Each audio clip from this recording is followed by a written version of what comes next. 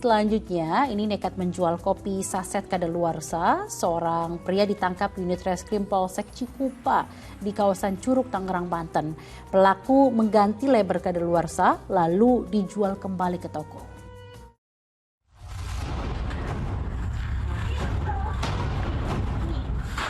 Penggerebekan ini dilakukan setelah polisi mendapat laporan warga bahwa pemilik rumah menjual kopi saset ke toko sembako dengan mengganti label kadaluarsa.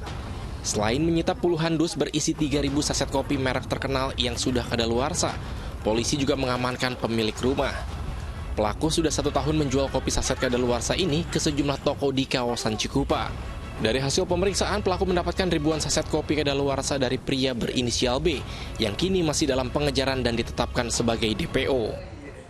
Pelaku menghapus, melabel kembali tanggal, bulan, dan tahun kadaluarsa dari kopi sasetan, ya, yang dimana kopi sasetan cap kadaluarsanya dihapus menggunakan tinta atau thinner.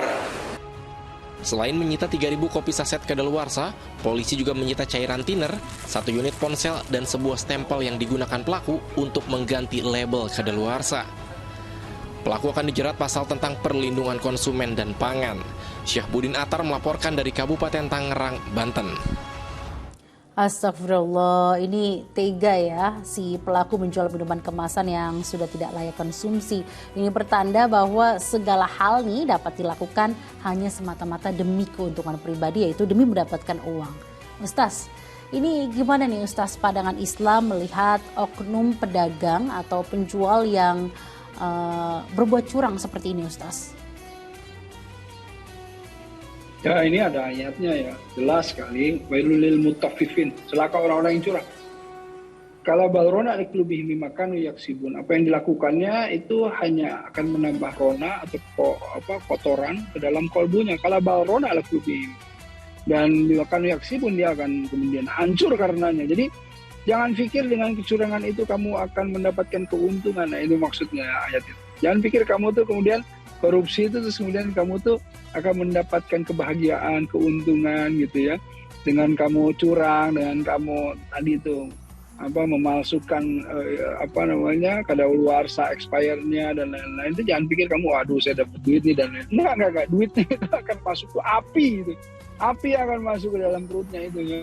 Jadi artinya dia memasukkan api gitu. Memasukkan api itu apa sih maksudnya? Ya coba kamu bayangkan kita makan api gitu. Jadi kamu pikir kamu itu untung padahal buntung gitu. Nah makanya kalau balrona lebih kan aksibun, apa yang dilakukannya itu hanya menambah kotoran. Kalau kamu kotor yang hancur kamu itu gitu.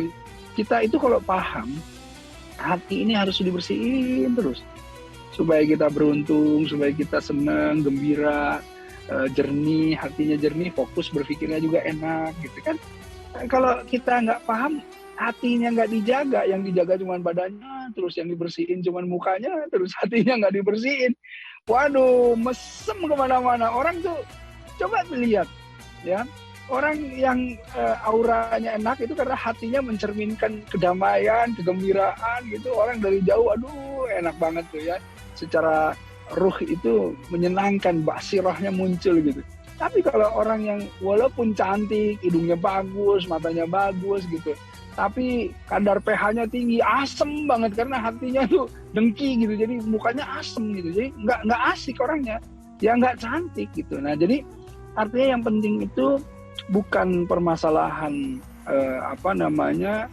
harta, bukan masalah hal-hal yang tadi, tetapi bagaimana kita harus menjaga hati. Nah jangan sampai kita curang sedikit pun, jangan kita menipu, jangan kita berbohong dan lain-lain, karena itu hanya akan menambah kotoran dalam hati dan kita akan rusak karenanya gitu. Ya ampun, jangan sampai ya Ustaz, karena siapa sih manusia yang nggak pengen banyak uang, pasti pengen, tapi jangan menghalalkan berbagai cara, apalagi dengan membuat kopi yang sudah seharusnya tidak boleh dikonsumsi ini akhirnya dijual hanya untuk demi keuntungan, padahal kan itu tentunya bisa membahayakan orang lain yang meminum kopi itu. Baik, terima kasih Ustaz.